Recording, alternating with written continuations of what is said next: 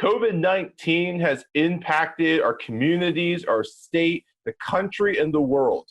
And amid all the conversations, what's often overlooked are the positive stories coming out from the pandemic.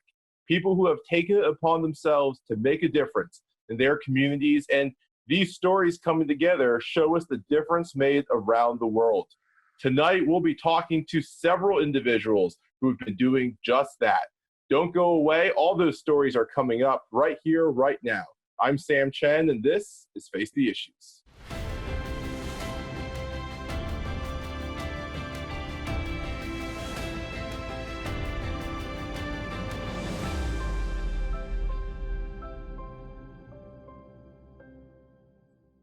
Good evening and welcome to Face the Issues. I'm Sam Chen. Amid all the conversations surrounding COVID-19, we've talked a lot about the impact on health and the healthcare system, on small businesses, on education, and so forth. But there are also a lot of positive stories. Individuals, churches, communities coming together and making a difference and changing and impacting lives. We'll be sitting down with a number of people tonight who've done just that. And there's no one better to start off our show than Ron Beitler. Ron is the Lower Macungie Township Commissioner. He is the owner of Bar None Weddings and Entertainment. Ron, welcome back to Face the Issues. How are you doing? Hey Sam, I'm doing good. Thanks for having me on. Hope you're doing well, good as well. Yeah, doing quite well. I love that you are wearing a Phillies hat. I think we all miss baseball and can't wait for it to come back. We do, yeah, certainly. I need a haircut, so I kept the ball cap on. So. Oh, I hear that. Rod, let me just start by asking you. I saw start with some social media posts I saw that you were making, and what is it that you have a track record of serving your community? That was the idea behind you running for office in the first place. It's what you've done through your own business. What is it that you did this time amid the COVID-19 pandemic? Sure. Well, the most recent effort you're referring to is really a partnership. The catalyst of it was there's a local company among many generous township local companies who really above and beyond stepped to the plate during the duration of the pandemic. But one in particular. The president of the company, his name's Trey Bianco, and the company is called Smooth On. He reached out in, I believe it was early April, and was just interested in making a donation to our township's first responders. So Smooth On is a company here in the township located on Lower Macungie Road that's in the old Daytimers building, and they employ about 150 people here in the township, and they do manufacturing of plastics. And so as many well-meaning, good companies, good partners did during the pandemic, they pivoted their manufacturing to hand sanitizer in order to help out the community. And so they reached out and wanted to make a donation to our township first responders, the ambulance corps, the fire department. But at this time, when they reached out, our fire department was already very well taken care of. And again, thanks to the generosity of many local companies, including they got some hand sanitizer from 8 Oaks, not in the township, but up the line a little bit up in the New Tripoli area. And so we ended that conversation and kind of got my gears turning, thinking, what else can we do with this generous offer of these 8-ounce bottles of hand sanitizer? So as we were learning more and more about the virus and the pandemic and how it affects folks, it became abundantly clear that in our township, the most vulnerable population, and this is really across the county based on statistics you can get from the county, the most vulnerable population are senior citizens, specifically those in long-term care facilities. Very sadly, our township saw 34 deaths, 32 of which were in long care facilities. Yeah. And the vast majority of them are age 80 and above. And so I reached out to the different senior care facilities in the township. And again, we're hearing that they were already, folks through abundance of generosity already reached out to them and they were in good shape. So then we decided, well, what else can we do? I want to do something. I want to do it quickly, and I want to have the most bang for the buck impact. And so we decided we were going to reach out directly to senior citizens in our township who are homebound, and make deliveries to their front stoops, contact-free deliveries to their front stoops of hand sanitizer from Smooth On. Ron, that's incredible. And let me ask you this. I know COVID-19, the economic shutdown impacted you and your business personally. Where does this idea come from to say, I've been impacted by the shutdown, but I want to go and make a positive impact on those in my community? Well, sure. I mean, I think it's just the way certain people are wired, and thank goodness for it. When you're kind of when you're down and out, the best thing that you can do is try to directly help other people. I think that's the most effective thing we can do as a community and community members, to try to help, to come together as a community and help people get through it. So this is actually these are the sanitizer bottles we delivered. So these were manufactured. Reynolds is actually the retail component of Smooth On. And so here's one of the boxes, and they gave us 6 of these boxes of 16-inch. So we did about 96 bottles out to township residents. So thank you. The big thanks here goes to Smooth On, which is just a wonderful example of community and corporate sponsorship, and their willingness to get involved in the community in such a very positive way. Oh, absolutely. And Ron, let me ask you this. You are a commissioner. You're the president of the Board of Commissioners in Lower Macungie Township. What's your hope? Is this something that you believe will continue moving forward? Obviously, we all hope to eventually move from yellow to green and to some semblance of normalcy. But this kind of teamwork where communities come together, is this something that you're hopeful that we can continue to see, whether there is or isn't a pandemic? Oh, absolutely. I mean, you're always hopeful for that. I mean, human beings tend to come together during crisis, and that's what I saw. It was abundantly clear. That's what I saw throughout our township, not only our township, but the Lehigh Valley in general. So definitely, absolutely. We hope this spirit of volunteerism and compassion for your neighbors can continue on beyond the pandemic. And I agree with you. We're all here hoping that we come out of this returning to normal as we move on into we're in the yellow phase now, and as we move on to green. Absolutely. Sure. Absolutely. Ron, last word. What advice do you give to people who are sitting at home and saying, hey, I would love to be involved, I'd love to do something? What would you say to them about what they can do, or what, how they should go about serving others in the community? I think that the best advice I can give is to just do it. Start with an idea, think about how you can help in the most direct fashion, and then reach out to partners who could potentially be helpful and make those connections, and then just get on your horse and ride. I mean, especially when we're responding to a crisis like the pandemic was, 2 months ago, when we were still learning about it and we didn't understand what the scope and scale of it was going to be. So the need was immediate. So I think if you have a good idea, don't wait, don't sit on it. Just get up and get out in the community and do it. And that's what we did. That's great advice. Just do it. Don't overthink it. Just go up, roll up the sleeves, and go serve. You can never overthink helping. You just want to just start doing it, and then you'll find that once you're out and about in the community and you're offering support to people, they'll tell you what they need. You don't have to figure it out or solve the problem beforehand, but once you get out and start communicating with your neighbors, they'll tell you exactly what they need. So at first it was just the hand sanitizer from Smooth On. But as we were out there having these phone conversations with seniors, asking them what they need, we then found out too that some of them were having trouble getting face masks. So again, I want to make just one more quick shout out, Sam, to Erica Drevitt. She serves on our library board. I just made a post on social media saying that, hey, I'm hearing from some of the seniors I'm delivering sanitizer to that they still need face masks. And she messaged me within, I think, a half hour and said, Ron, I'm sewing up masks and I'd be more than happy to give you, 15. And so we got all those out into the community. That's incredible. I love that idea of, and again, it's just a social media post and the whole community comes together. And to your advice, just communicate, listen, and then just go and do it. So Ron, thank you so much for setting that example, especially as an elected official. As one of your constituents, I certainly appreciate it and continue to do the good work. Well, thanks. Thanks for focusing on the positive stories. We need more of that. Absolutely. I cannot agree more. Don't go away. We'll be right back. Welcome back to Face the Issues. My thanks to Commissioner Ron Beitler for sharing the experiences and the work that he and different organizations and companies in his township have been doing to serve the communities that he serves as elected official, but to serve them even more during these times of crisis. But companies, elected officials, they're not the only ones who are making positive headlines during this time. A number of churches across the country are doing the same.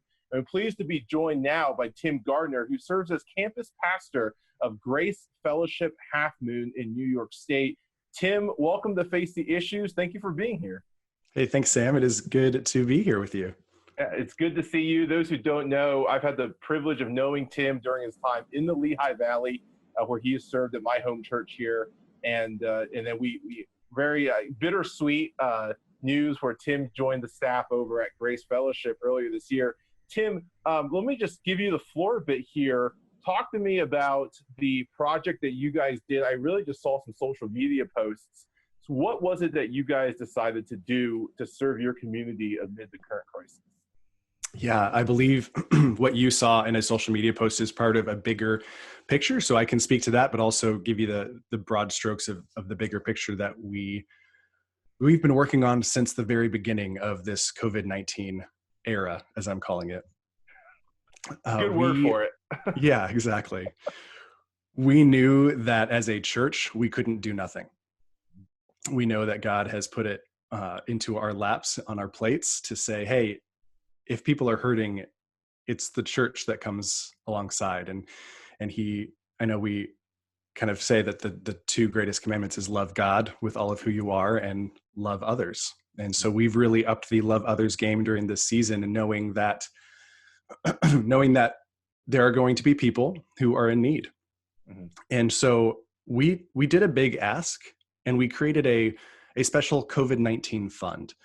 And we asked our congregation, which consists of 4 different campuses around the Capital District of New York State, and they gave to this COVID-19 fund. We saw, I think right now we are currently at just over $100,000. Oh, wow. Between the 4 campuses given to this fund, and we have been able to think creatively about how we utilize this money. We know that every dollar given is going back into the community, whether that's to our local congregation and people in them who need help, but also we're looking at different organizations that we've already partnered with and that we can continue to partner with during this time. And so, yes, a number of things that we've done. Everything from supporting homeless shelters to supporting organizations who are continuing lunch programs after the school year stops. But one of the things that we knew that we needed to do was to meet just extremely tangible needs. And one of those things is we all need masks. Yeah. Specifically in New York. I'm not exactly sure what Pennsylvania is doing right now, but I know in New York, I can't go into the grocery store without a mask. Yeah, it's very similar here. It's a mask required situation, I think, throughout much of the country. I figured that was the case, and that's kind of what I see on the news. But we decided, hey, we could get masks for pretty cheap, and we can give them for free to the community. And so we, among so many things that we do, but one of the things that we've done is basically set up our parking lot as a drive-through event where we are able to give masks to anybody who comes through. So to date, I believe we've given approximately 3,500 masks to our community. Oh, wow. Yeah. And in addition to that, about probably 1,200 little bottles of hand sanitizer. Wow. Now, how big is the community that you guys are doing this in?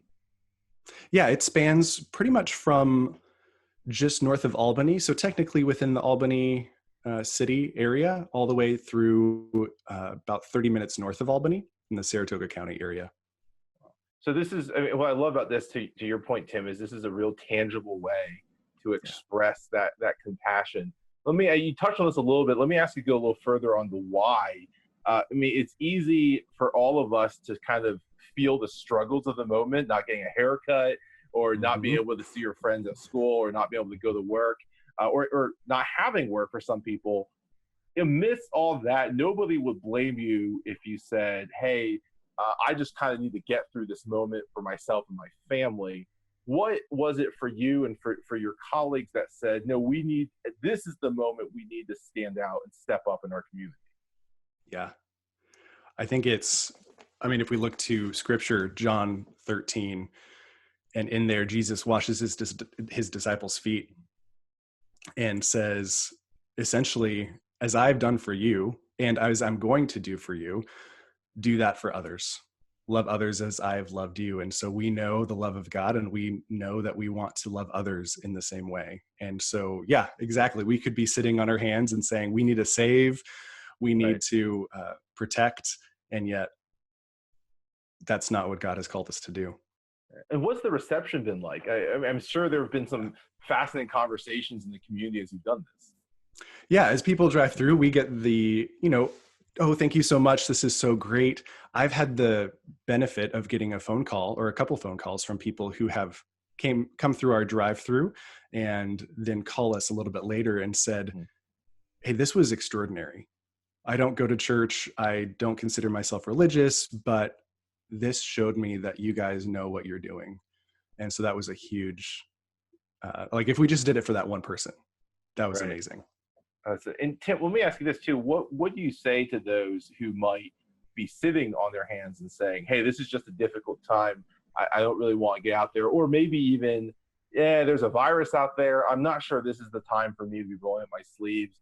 What do you say to them? What encouragement do you give to them about serving their communities? Yeah. I mean, I understand that. I do. Sure. I understand wanting to not do anything. But again, I think if we, specifically people who would label themselves as Christians, if we know Christ, if we know that love, and we know what God requires of us, then what are you doing? If you're sitting on your hands, like just get up, let's go. But I think this is where this kind of crisis, this kind of season that we're in, really defines the church. Mm-hmm. And I believe the definition of the church is not a building, it is a people. And so a people that are called to a specific purpose. And so that's the church. I think that's a great reminder amid all the debate about needing to reopen these buildings, and you see so much noise on social media, to be reminded that that isn't the church, and that's not what we're called to, but we're called to for moments like this. And I think moments like this can reveal character, and it certainly has done that with you and your group. Tim, let me ask you in the few minutes here. You served as a high school pastor prior to your current post at Grace Fellowship. You were a high school pastor at Faith Church where we knew each other. You've been in student ministries for some time. Obviously, 2020 was not on anybody's bingo card. This was not the way seniors planned their senior years to go. What would you say to graduating seniors? And we've been asking a lot of our guests this. What words of advice would you give to graduating seniors who have lost so much in 2020 as they now look to the future? Yeah, that is a great question. What comes to mind is a movie. And I don't know if you've ever seen this movie. If you haven't, you have an assignment when we're done with this. You need to go watch this. But my kids are ages 4 and 6, and they're really into the movie Frozen and Frozen 2. So from Frozen 2, I don't know if have you seen it? Frozen 2? I have not seen it yet. Okay. Apparently this is my new assignment. I will say it's not as good as the first one, but that's okay. Okay. In the movie, and I'm not going to spoil it, but in the movie, Anna, who is a younger sister of Elsa, who has all these powers, she is in a dark place. She is in a moment, kind of I would call it the pinnacle of the movie, the moment where she has a decision whether she is going to give up or she's going to keep going. And there's a song, and I actually have some lyrics for that song, if I can read just a few lyrics. Go for it. I'm not going to sing it because you don't want to hear that, but it says, I've seen dark before, but not like this. This is cold, this is empty, this is numb. The life I knew is over, the lights are out. Hello, darkness, I'm ready to succumb. Wow. And those are powerful. Like if there's the gospel in any movie, it's in this moment. Because we all feel like, especially in this season, man, it's dark. We've never seen anything like this before in this lifetime. I don't know if I can keep going. I don't know if what my plans were, I don't know if I can remake them. But she goes on in the song and she says, just do, and this is the key lyric, just do the next right thing. Take a step, step again. It is all that I can do, the next right thing. I won't look too far ahead. It's too much for me to take, but break it down to the next breath. Just do the next right thing. And so to anyone, whether you're in high school senior graduating right now or facing retirement in the near future, when everything falls apart, I think this is what we're called to do. Just take a step and do the next right thing. I think that's incredible advice. I don't think I would ever imagine saying that about Frozen, or in this case, Frozen 2. Yeah. But I think that's remarkable advice. Just do the next right thing. Yeah. Tim, thank you so much for sharing that. Thank you for the work that you were doing at Grace Fellowship and around the capital area in New York State. We appreciate it. It is so good to see you. And I hope good to see you too. In the future, we can have you back for another episode. Yeah, would love it. Great. Tim, thank you so much. Don't go away. We'll be right back. Welcome back to Face the Issues. My thanks to Commissioner Ron Beitler and Pastor Tim Gardner for taking the time to share these stories of hope, these bright lights in the otherwise dark time. The reality is the COVID-19 pandemic has impacted all of us. Some of us have gotten the virus like I did. Others of us have lost our jobs, have lost salary or income. Some of us have lost businesses. It's impacted all of us, and it's been a dark and honestly a challenging journey for so many of us. And I appreciate people like Ron and Tim who in the midst of that have decided to be a light, serve their communities. And what a great example they've set for all of us. I want to leave you with a few thoughts as we wrap up the series, Understanding COVID-19. Before I do, first a comment on my attire for this tonight. As some of you know this, I'm sporting my Mickey Mouse Disney soccer tie. Some time ago, with the challenge from a friend, I posted a survey on social media asking if it was time amid the crisis to step up my tie game. And you overwhelmingly said yes. And so for those of you who voted, thank you. And here it is, the Mickey Mouse Disney tie. I did not coordinate this with Tim, by the way, with his quote from Frozen. But amid all the pandemic and the crisis, we thought this was a great time to bring a little bit of light, a little bit of humor, and a little bit of fun as we wrap up this series. Now, reflecting on the pandemic, reflecting on 2020, when we started Face the Issues this year, at the start of this year, I said that it was going to be a packed year with the impeachment of President Trump, the 2020 Olympics, and of course, the presidential elections.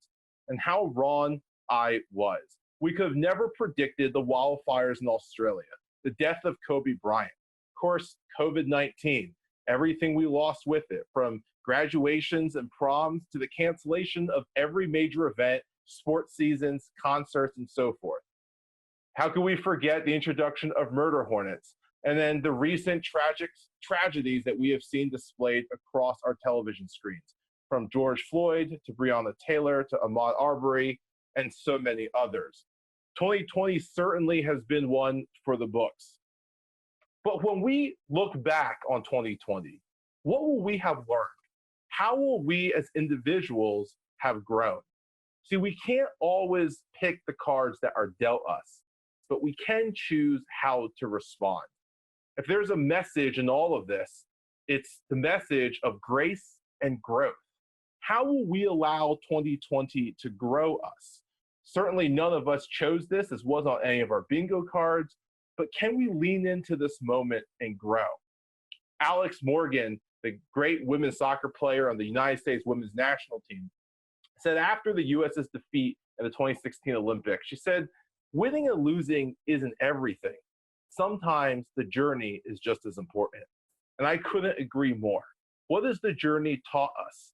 And years later, when we look back, we will have some not so fond memories, but will we also have very fond lessons that we've learned about how to live and about the purpose and direction of our lives? But coupled with growth is also the idea of grace. In every interview I've done on COVID-19, I've emphasized the idea of showing a little bit of grace. The examples that Ron and Tim have set for us illuminate this. We're certainly in a time where all of us could use grace. We're all humans. We're all struggling through the crisis in a different way. So how can we help each other? How can we show a little bit of grace to our neighbor, to our classmate, to our friend, and to our coworkers? I firmly believe that if we can do this, we rise together as a community. And as the old saying goes, the rising tide catches all ships.